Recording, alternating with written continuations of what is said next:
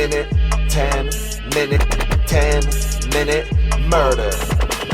10 minute, 10 minute, 10 minute murder. 10 minute, 10 minute, 10 minute murder.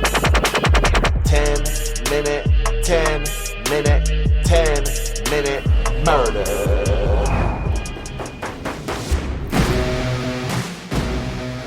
Howdy.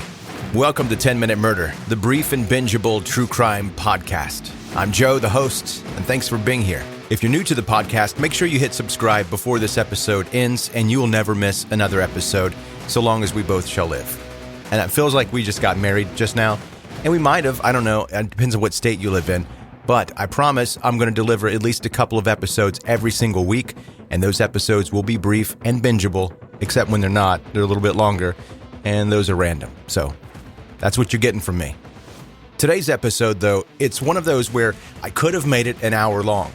There is so much information out there on Jodi Arias. It's one of the most talked about crime cases in the last 10 years or so. And that may be because she's hot, or it may be because the details of this case are absolutely strange. And I'm going to do my best to give it to you in 10 minutes. Sex, lies, and dirty little secrets. This is Jodi Arias.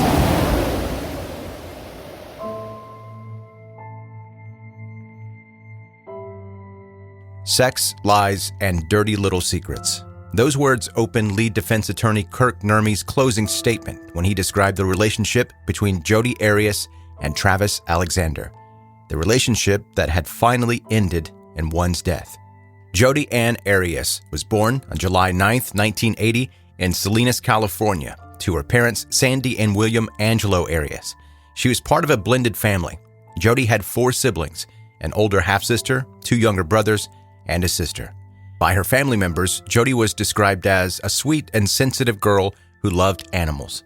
When Jodi was 11, the family moved to Santa Maria, and 3 years later to Eureka, where Jodi attended Eureka Union High School.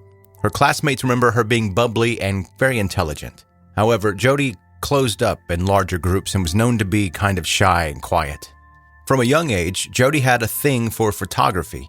She received her first camera at the age of 10.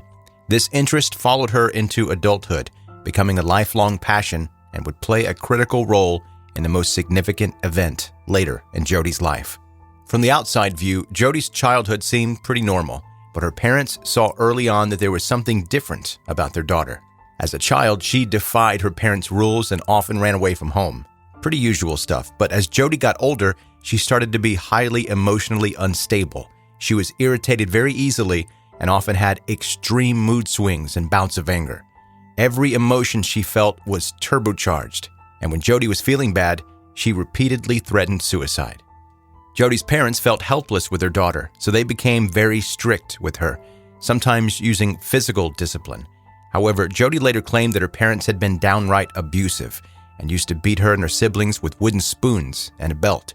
Sometimes Jodi answered abuse with abuse, hitting or slapping her mother. As a result, she grew up feeling contempt toward her parents, which lasted most of her adult life. If you've seen pictures of the adult Jodi Arias, you know that she's very attractive.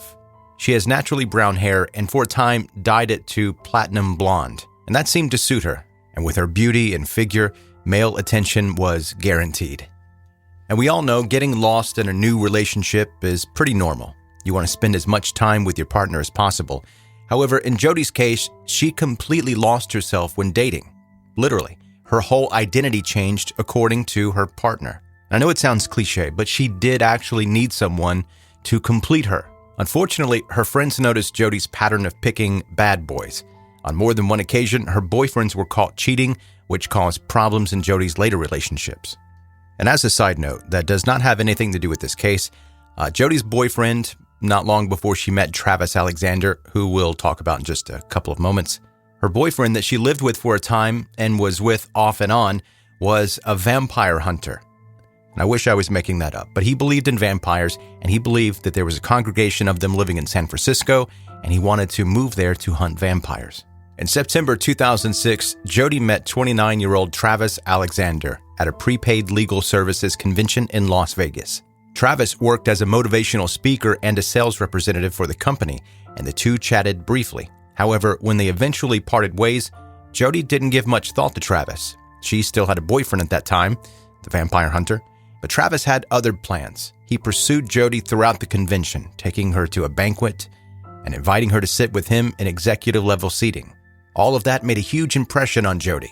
Still, Jodi didn't know what Travis's true intentions were.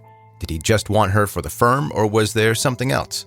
However, when Travis and Jodi enjoyed dinner together on Saturday night, it became clear that he wanted romance. "I wish you didn't have a boyfriend," he said, leaving Jodi to question her relationship.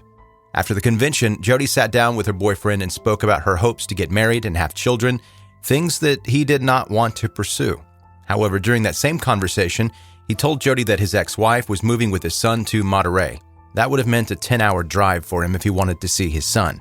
So he told Jodi he was looking for a job and planning to move to Monterey also. It's not clear if Jodi's relationship ended after that conversation, at least according to her boyfriend. However, Jodi started to live like a single woman after that, available to pursue a romance with Travis. Jodi and Travis lived in different states at the time. Travis was in Mesa, Arizona, and Jodi was in Palm Desert, California. But that didn't slow them down. The two kept in contact almost every day in the following weeks in every way possible, by emails, text messages, and lengthy late-night phone calls. Jodi and Travis wanted to learn everything about each other. Soon, like in her previous relationships, Jodi began to adapt her identity to match Travis's identity. Those who were close to Travis just thought the two had a lot in common. Jodi's ex-boyfriend Daryl, however, who still lived with Jodi, saw a significant change. According to him, Jodi did not seem as rational and logical anymore. She appeared less responsible. And while Daryl didn't know anything about Travis, he knew for sure that this woman was not the same one that he used to love. In November of that year, just a couple months after their first meeting, Jodi converted to Mormonism. From the outside view, one would have thought that they were a lovely, virtuous Mormon couple. But behind closed doors, Jodi and Travis's relationship was highly sexual and tempestuous. However, Travis seemed to have two sides. On the phone, he was able to talk for hours, sharing his deepest, darkest secrets, but in front of him, everything was just physical. And Jodi noticed the lack of mental connection when they were together, and it caused her to panic, and everybody noticed. Sky Hughes, a friend of Travis, later told how Jodi would follow him everywhere like a little puppy. When Travis sat down, Jodi had to be on his lap. If Travis left his phone unattended, Jodi would go through all of his messages, or if he took a call in another room, Jodi would stay right outside, eavesdropping. The thing was, Jodi wanted more than Travis did. Travis had made Jodi aware that he didn't wish to have an extremely serious relationship at this point of his life, but then, to everybody's surprise, on February 2nd, 2007, after a discussion of their situation, Jodi and Travis became an official couple, at least for the moment. Meanwhile, Sky and her husband Chris grew even more concerned about Jodi.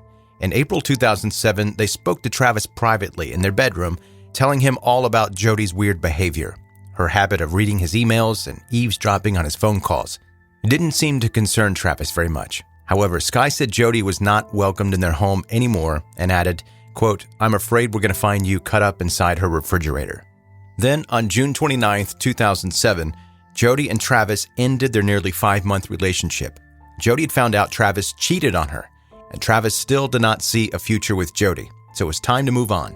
Soon, Travis started to date another girl, Lisa Andrews, who seemed to be everything he hoped for a future partner, and still he kept in contact with Jodi, who now planned to move to Mesa where Travis also lived. The decision made Travis very angry, and his friend heard him yelling at her on the phone, telling her, "I don't want you close to me." However, Jodi didn't listen and relocated to Mesa in late July. Travis and Jodi, still after everything they had been through, continued having an unhealthy relationship, and I'm using air quotes on relationship, where they would have sex, argue, make up, and have sex again. Jodi and Travis would even still travel together. Travis wanted to check off as many destinations as possible listed in 1,000 places to see before you die. Unfortunately, he would never be able to finish that.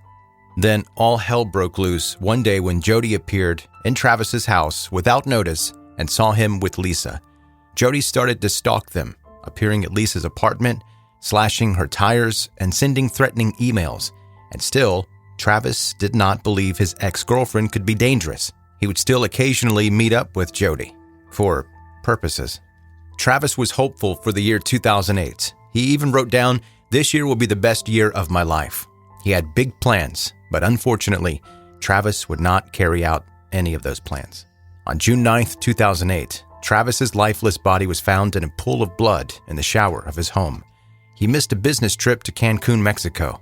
Travis had been shot in the face, and he had 24 stab wounds on his body, and his throat was also slit. It had been determined that he was killed 5 days before, on June 4th, 2008, in his master bathroom before he had been dragged to the shower stall. It was clear that whoever was behind the gruesome murder knew Travis and had unbelievable rage toward him. While searching Travis's home, police found a camera in the washing machine. Recovered images showed Jodi and Travis in sexual poses, as well as photographs of just Travis before, during, and after the murder. Jodi's passion for photography decided her fate. Jodi was eventually indicted on first-degree murder charges on July 9th, 2008, and arrested in California soon after. Her story about her whereabouts and the events of June 4th changed numerous times. First, she had not ever been near Travis's house, then said there was a home invasion gone wrong, and then she said she was actually a victim of domestic violence and had killed Travis in self-defense. Jodi's trial that began in early January 2013 was a media madhouse. Jodi herself testified for 18 consecutive days, including very detailed parts of her and Travis's sex life. Jodi had also come up with a new story as to what happened. She killed Travis after he came at her in a fit of rage when she dropped his camera. None of those stories worked, and she was eventually convicted of first-degree murder in March 2013.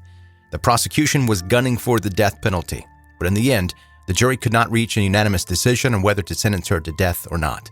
And finally, Jodi Arias was sentenced to life in prison without the possibility of parole.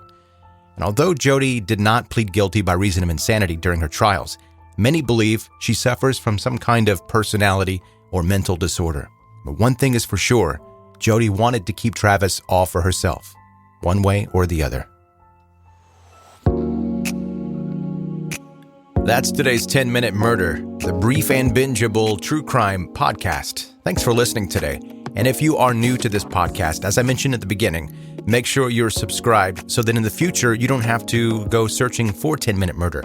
You might even forget what the name of it is, and you just lose it forever, thinking there was this one podcast where the guy was kind of a dork, but it was a brief and bingeable kind of podcast. So let's avoid all that now. Hit subscribe now and you will never miss another future episode of 10-Minute Murder. You can also connect with 10-Minute Murder on social media. I'll leave the links in the show notes of this episode, or just go to Facebook or Instagram and type in 10-Minute Murder into the search bar and it'll pop right up.